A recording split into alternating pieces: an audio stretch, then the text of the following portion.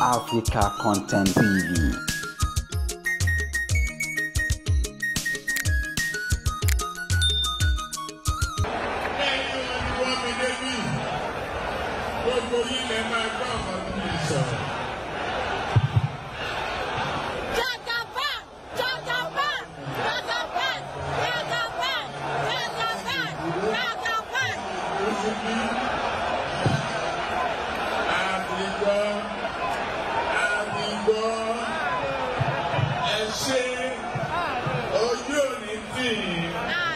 Ìbànújẹ́ ò ní bá yín.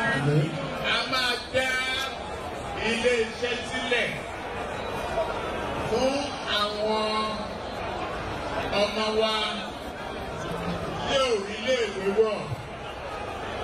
Ẹ̀yin tẹ́ wà léèwé ẹ lọ kọ sílẹ̀. Ẹ pè mí ní màlè tí ọjọ́ yín bá kọjá ọdún mẹ́jọ. Ọdún mẹ́jọ lẹ máa fi kàwé.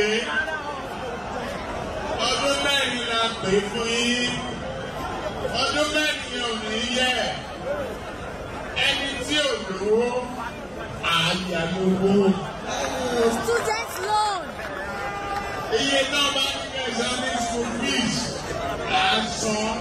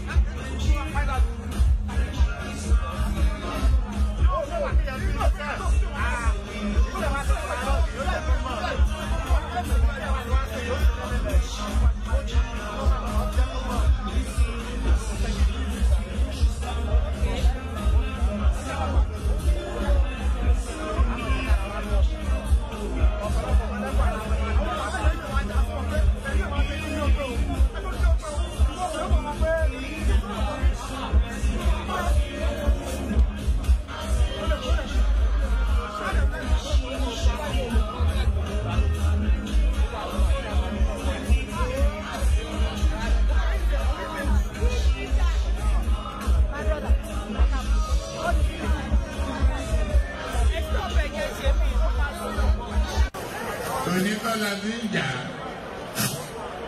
ẹ mọ̀ bàtà fi tájà kíra òkú ọdún mẹ́ta àbọ̀lá mi yá kíra òkú owó ẹ̀.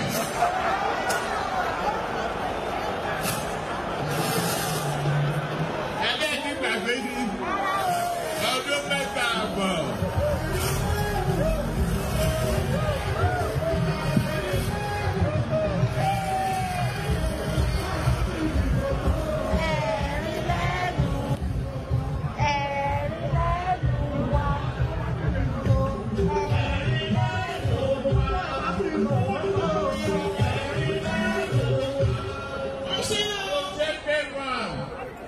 Ìdúró tó dúró, Ọlọ́run ní fi mú ẹ, ìyà ò ní jẹ.